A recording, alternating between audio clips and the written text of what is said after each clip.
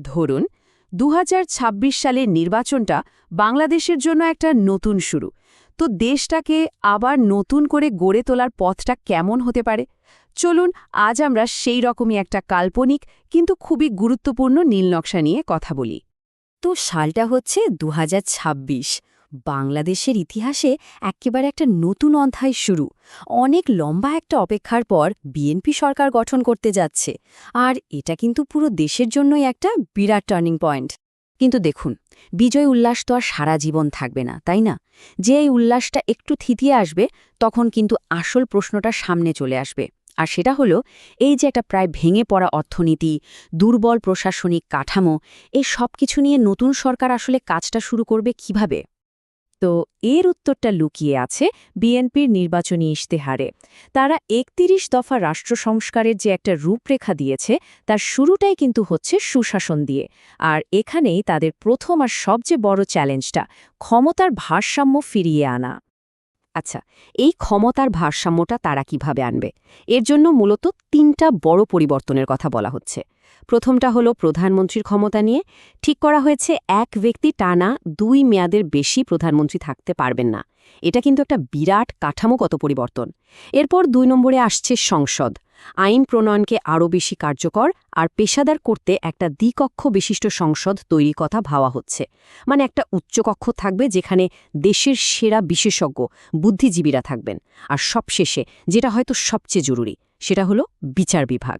বিচার বিভাগকে নির্বাহী বিভাগ থেকে এক্কেবারে আলাদা করে ফেলার জন্য একটা স্বাধীন কমিশন করা হবে। মূল লক্ষ্য একটাই, যাতে দেশের সাধারণ মানুষ সত্যিকারের ন্যায় বিচারটা পায়। তো প্রশাসনিক সংস্কার তো হলো, কিন্তু শুধু এটা দিয়েই তো আর দেশ চলবে না, তাই না? একটা দেশের আসল শক্তি তো তার অর্থনীতি। চলুন এবার একটু দেখি যে এই ভেঙে পড়া অর্থনীতিকে চাঙ্গা করতে আর সাধারণ মানুষের জীবনে একটু স্বস্তি ফেরাতে কী ধরনের পরিকল্পনা আছে। অর্থনীতিকে আবার পথে ফেরাতে নতুন সরকারের ফোকাস থাকবে মূলত ৩টা দিকে। ১. বাজার নিয়ন্ত্রণ করা, ২. নতুন চাকরি তৈরি করা, আর ৩. আমাদের কৃষি খাতকে সরাসরি সাহায্য করা। বাজার নিয়ন্ত্রণের ব্যাপারটা একটু বলি। দেখুন, নিত্য প্রয়োজনীয় জিনিসের দাম তো আকাশ ছোঁয়া। তো এই দামটা সাধারণ মানুষের নাগালে আনতে প্রথমে যা করা হবে তা হলো সিন্ডিকেট ভেঙে দেওয়া। আর সাথে সাথে টিসিবির কার্যক্রম শুধু শহরে আটকে না রেখে একদম গ্রাম পর্যায় পর্যন্ত ছড়িয়ে দেওয়া হবে।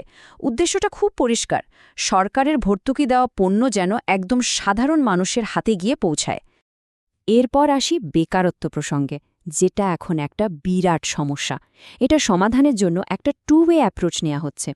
একদিকে যারা বেকার, তাদের জন্য বেকার ভাতা চালু করা হবে, মানে একটা সোশ্যাল সেফটি নেট তৈরি করা। আর অন্যদিকে প্রাইভেট সেক্টরকে বিশেষ ছাড় বা প্রণোদনা দেয়া হবে, যাতে তারা আরও বেশি করে নতুন চাকরির সুযোগ তৈরি করতে পারে। আর দেশের কৃষকদের জন্য তো একটা বিশাল বড় খবর আছে। তাদের জন্য ১০,০০০ টাকা পর্যন্ত কৃষিঋণ মাফ করে দেওয়ার একটা বড় পদক্ষেপ নেওয়া হচ্ছে। শুধু তাই না, এর সাথে সাথে সার আর ভালো বীজ যাতে তারা সহজেই পায়, সেটাও নিশ্চিত করা হবে একেবারে প্রথম ধাপেই। তো পরিকল্পনা তো অনেক হলো, কিন্তু আমরা সবাই জানি কথায় আর কাজে অনেক তফাৎ। ভেঙে পড়া একটা সিস্টেমকে তো আর রাতারাতি ঠিক করে ফেলা যায় না। চলুন এবার একটু বাস্তবতার দিকে তাকাই। সামনের চ্যালেঞ্জগুলো কি, আর মানুষেরই বা প্রত্যাশাটা কেমন? আসল কথাটা কি জানেন? দেশের মানুষ এখন আর খালি মুখের কথায় বা প্রতিশ্রুতিতে বিশ্বাস করতে চায় না। তারা এখন কাজের প্রতিফলন দেখতে চায়। যে পদক্ষেপগুলো নেওয়া হচ্ছে, সেগুলোর বাস্তব ফলাফল কি আসছে, সেটাই তাদের কাছে আসল।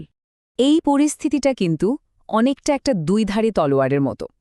একদিকে যেমন একটা প্রায় ধ্বংস হয়ে যাওয়া সিস্টেমকে নতুন করে বানানোর অনেক ঝুঁকি আছে, তেমনি অন্যদিকে কিন্তু একটা সত্যিকারের গণতান্ত্রিক দেশ গড়ার এক বিশাল সুযোগও সামনে এসে দাঁড়িয়েছে।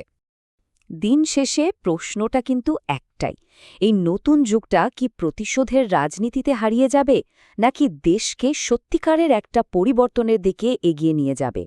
তবে হ্যাঁ, সবার মনে একটাই আশা, এই বিজয় যেন প্রতিশোধের না হয়, বরং পরিবর্তনের একটা নতুন দিগন্ত খুলে দেয়। এই যে এতগুলো সংস্কারের কথা বলা হলো, এগুলো যদি সত্যি ঠিকঠাক মতো কার্যকর করা যায়, তাহলে বাংলাদেশ নিঃসন্দেহে একটা নতুন পথে হাঁটতে শুরু করবে। কিন্তু আসল প্রশ্নটা হলো, এই বিশাল পরিকল্পনা বাস্তবায়নের জন্য যে রাজনৈতিক ইচ্ছা আর প্রাতিষ্ঠানিক ক্ষমতা দরকার, সেটা কি তৈরি হবে? এর উত্তরটা শায়দ সময়ই আমাদের দেবে।